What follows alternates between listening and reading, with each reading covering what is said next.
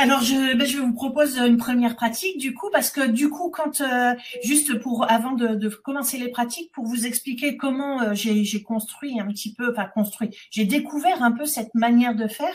Je me suis dit, donc dans mon propre habitat, la première chose à faire, c'était d'abord de faire un état des lieux et comme je disais tout à l'heure, de dire, attends, je vais déjà vérifier s'il y a vraiment un lien entre moi et mon inconscient. C'était important pour moi, je suis quand même de formation scientifique, comme je l'ai dit au début, donc j'ai quand même besoin d'avoir ce petit côté un peu preuve.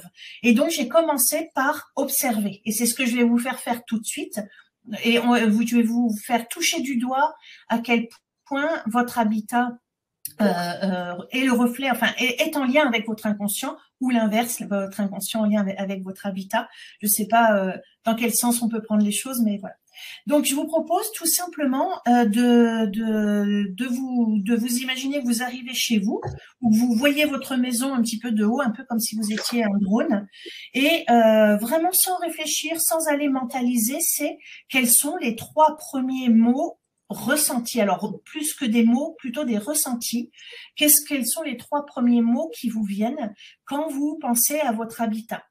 Globalement, j'entends bien globalement, que ce soit sans aller dans le détail des pièces.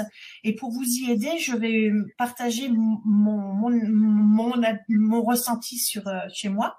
Donc moi, mon habitat, alors ça change, hein, je vous le dis, je le fais quand je le fais tous les mois, ça change. Alors en ce moment, mon habitat, il est très lumineux. Et c'est toujours, ça n'a pas changé pour le moment. Il est très lumineux, il est protecteur et en négatif, parce qu'il y a un petit côté négatif, et je vous invite à le chercher aussi, ça.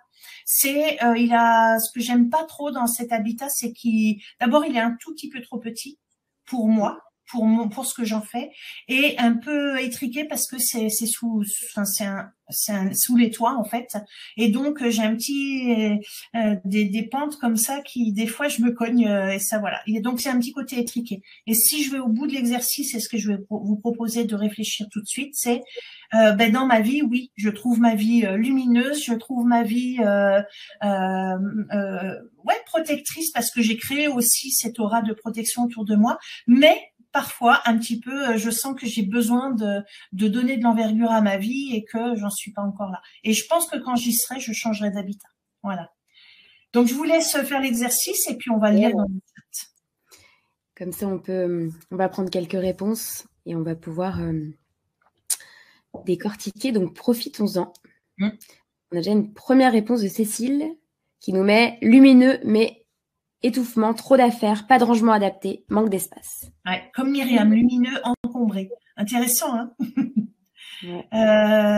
On a aussi n'est pas coloré, décoré, mais pas à mon goût, fouillis et en laisser aller.